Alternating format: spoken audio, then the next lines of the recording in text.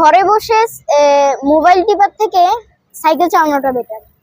তো বাংলাদেশের স্টান্টের কোনো মূল্য নেই।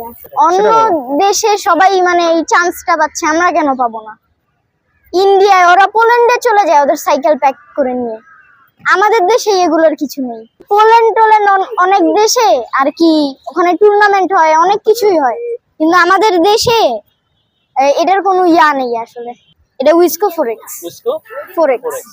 আমারটা তো নিয়েছে এখন 1,25,000। এই সাইকেলটার দাম 1,25,000 হবে।